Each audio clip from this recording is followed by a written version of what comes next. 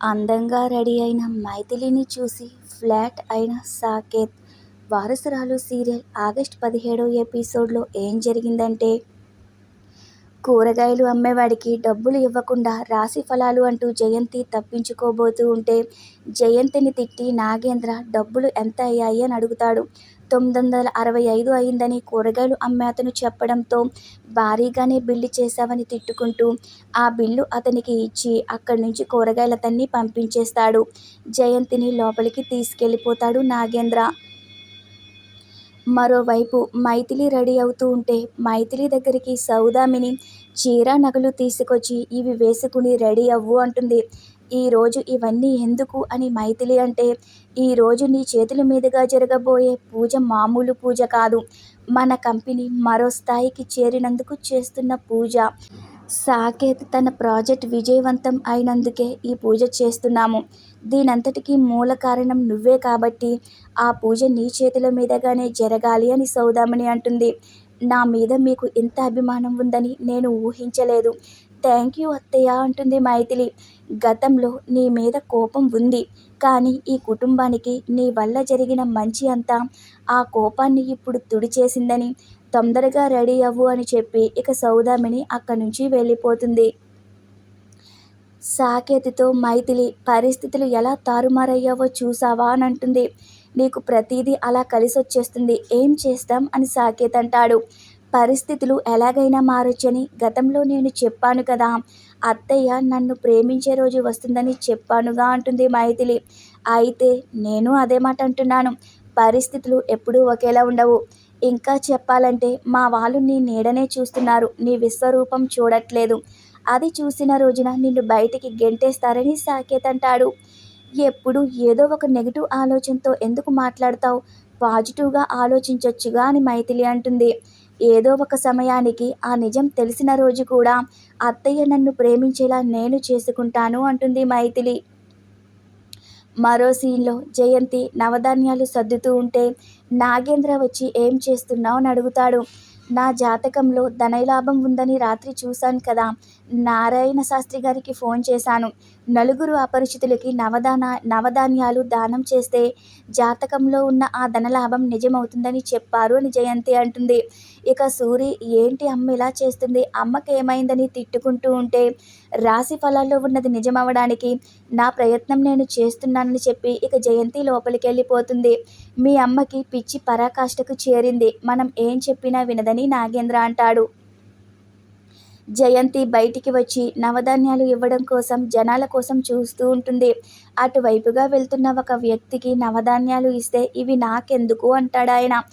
ఎవరైనా నవధాన్యాలు దానం చేస్తే వద్దనకూడదు, అరిష్టమంట అని జయంతి అనగానే వెంటనే అతను తీసేసుకుంటాడు. ఒకరైపోయారు, ఇంకో ముగ్గురిని పట్టుకోవాలని జయంతి అనుకుంటూ ఉంటుంది. అప్పుడే ఒకతను వస్తాడు. నవధాన్యాలు తీసుకోమంటే ఎందుకు అంటాడు.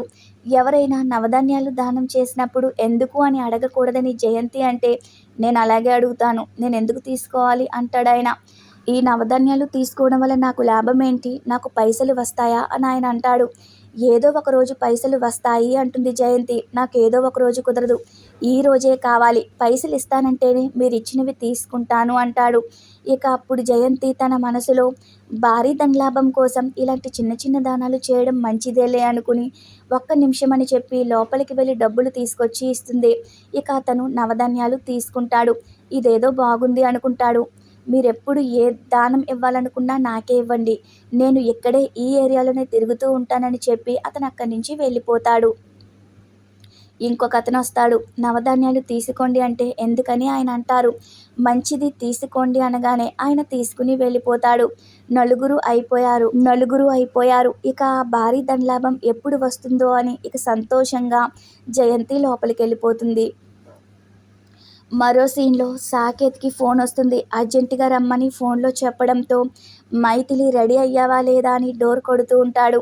మైథిలి డోర్ తీయదు. నువ్వెంత గొప్పగా తయారైనా నిన్ను అంతలా చూసేవాళ్ళు ఎవరు ఉండరని సాకేత్ అంటూ ఉంటే, అప్పుడే మైథిలి డోర్ తీస్తుంది. మైథిలిని చూసి సాకేత్ ఫ్లాట్ అయిపోతాడు.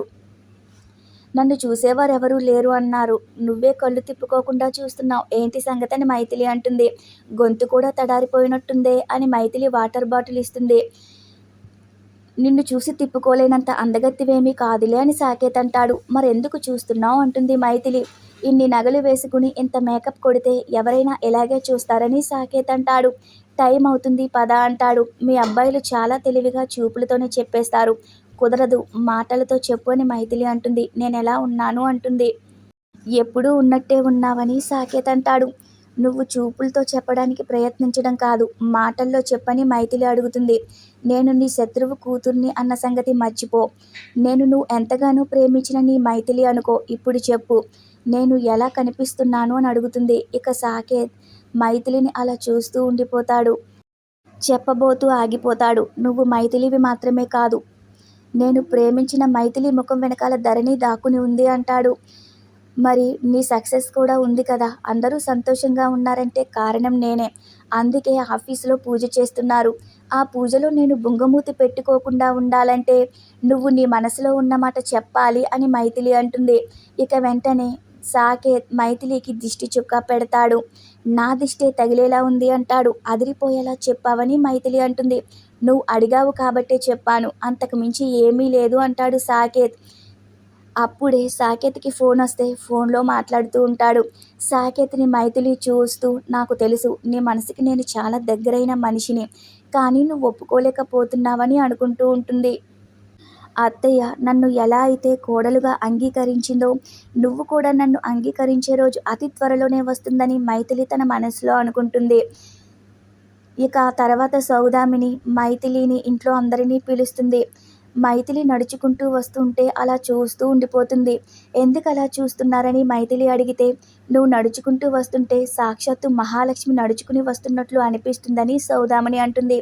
నువ్వు నిజంగా బంగారమే అంటుంది సౌదామిని. మైథిలి మీద మరీ ఎక్కువ అభిమానం పెంచుకుంటున్నావని సాకేత్ అంటాడు. తను నా కోడలు, కోడలి మీద అభిమానం పెంచుకోవడంలో తప్పు ఉండదు అంటుంది సౌదామిని. అసలు నువ్వు ఏ ఉద్దేశంతో ఆ మాట అన్నావు అని హరిశ్చంద్ర సాకేత్తో అంటూ ఉంటే సాకేత్ చెప్పబోయి ఆగిపోతాడు. ఇక హరిశ్చంద్ర మాట్లాడుతూ, ఇన్నాళ్ళు మనం కలిసికట్టుగా అన్యోన్యంగా ఉన్నామంటే మన మధ్య అభిమానం ప్రేమ ఉన్నాయి కాబట్టే. ఇప్పుడు మనతో పాటు మైథిలి కూడా మన కుటుంబ సభ్యురాలు అయింది.